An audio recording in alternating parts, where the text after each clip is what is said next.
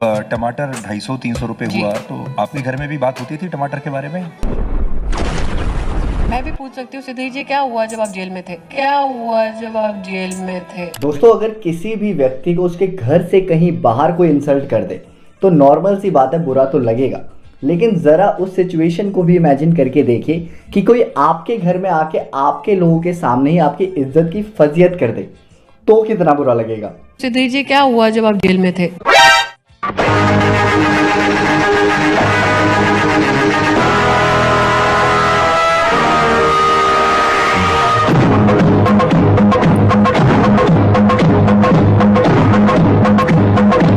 वैसे तो मिस्टर सुधीर चौधरी ने हर एक काम गिन गिन कर चुन चुन के सबसे गाली खाने का ही किया है। हम कोई मंदिर का घंटा है कि कोई भी आके बजा जाता है। लेकिन एक छोटा सा सवाल जो पूरी महंगाई को लेकर भी नहीं था, सिर्फ टमाटर के बढ़ते प्राइस को लेकर था। जब टमाटर 250-300 रुपए हुआ, तो आपके घर में भी बात होती थी टमाटर के बारे में? मंत्री जी इस पर बेहद नाराज हो गई और इस मुद्दे को ट्रिविलाइज तक बता दिया।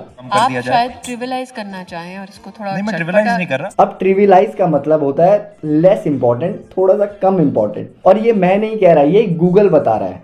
वैसे तो बात तो सही है कि अब महंगाई मैडम जी के लिए कोई बड़ा मुद्दा थोड़ी ना है। इनके लिए बड़ा मुद्दा ये होता कि राहुल गांधी जिस बाइक पर लद्दाख गए हैं, पता करो कहीं वो मेड इन चाइना तो नहीं है, जिस पर वो राहुल गांधी को फिर से बिन सर पैर की बातों को लेकर क्रिटिसाइज कर सके।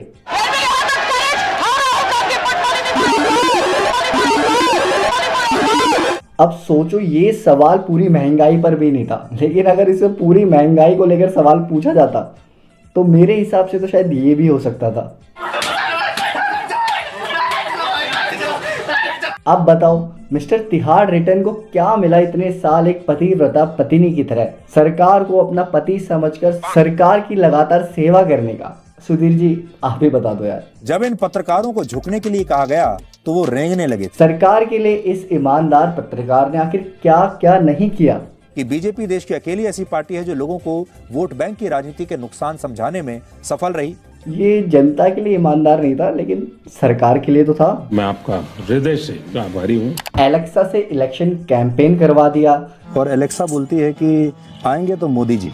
जेएनयू में पाकिस्तान को सपोर्ट करते हुए एक फर्जी वीडियो तक एडिट करवा डाली।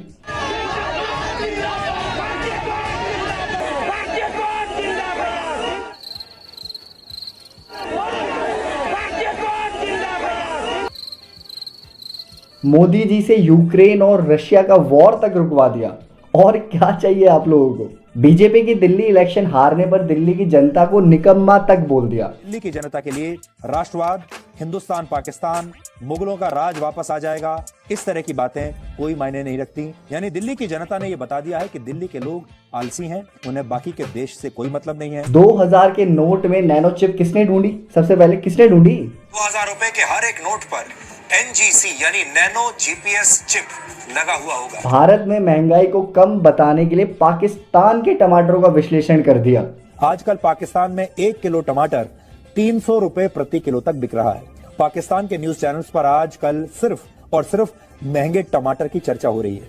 और कितने प्रूफ चाहिए सरकार के मंत्रियों को ये साबित होने के लिए कि सुधीर चौधरी ईमानदार पत्रकार है? जनता के लिए नहीं, सरकार के लिए। और अमित शाह के बारे में कहा जाता है कि वो जिस राज्य को हाथ लगाते हैं वहां पर बीजेपी की सरकार बन जाती है। अब आप सब यही कहोगे ना, इसमें मिस्टर तिहाड़ जी को हिंदू मुस्लिम करते हुए तो दिखाया नहीं, बताया नहीं, क्योंकि अब ये तो नॉर्मल सा हो गया है ना कि हर कोई जो भी गोदी में बैठा हुआ है वो टीआरपी और एजेंडा सेट करने के लिए हिंदू मुस्लिम भाइयों को तो लड़वा ही रहा है। हिंदू मुस्लिम करो। गोदी में बैठने से याद आया, इस वीडियो को देखकर सबसे पहला ख्याल मेरे मन में ये आया था कि ऐसा लग रहा था कि मंत्री जी ने सुधीर चौधरी को साफ बता दिया कि गोदी में तो बैठ गए हो, इसका मतलब ये नहीं कि सुसु भी कर दोगे। सुधीर जी, क्या हुआ जब आप जेल में थे? एक वक्त था जब सरकार के कैबिनेट मिनिस्टर्स बीजेपी की जीत पर सुधीर चौधरी को बधाई देते थे। सुधीर जी, मैं आपको बधाई दे रहा हूं। मैं बधाई देता हूं जी न्यूज को। आपने 5 वर्षों तक लगातार सच देश के सामने रखा है। और किसी पत्रकार को नहीं मिलता था इतना बधाई जितना सुधीर चौधरी को बधाई मिलता था इस बात का। किसी का पेट भरना नहीं।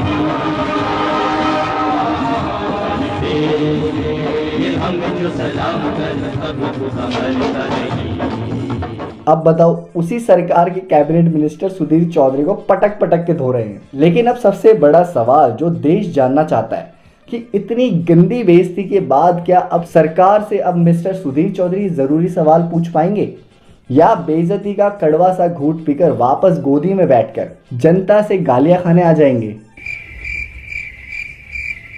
स्ट्रीट फूड को लेकर पीजीआई चंडीगढ़ ने एक स्टडी की थी, जिसमें यह पता चला कि 90% मामलों में स्ट्रीट फूड बिना साबुन से हाथ धोए तैयार किए जाते हैं। यानी जो बनाने वाला व्यक्ति है वो कभी हाथ तक नहीं धोता जब वो स्ट्रीट फूड बना रहा होता है। खैर, अब मुझे ये तो नहीं पता कि ये पत्रकार लोग जरूरी सवाल जो जनता से जुड़े हैं वो सरकार से पूछ पाएंगे भी या नहीं, लेकिन हम जनता से जुड़े जरूरी सवाल ऐसे ही उठाते रहेंगे। और इसमें अगर आप हमें सपोर्ट करना चाहते हैं तो हमारे चैनल को सब्सक्राइब कीजिए, वीडियो पसंद आए तो लाइक कीजिए, और ज़्यादा पसंद आए तो शेयर भी कर देना। लेकिन एक चीज़ बिल्कुल नहीं करना, वो क्या है? हिंदू मुसलमान और दंगा फसाद नहीं करना।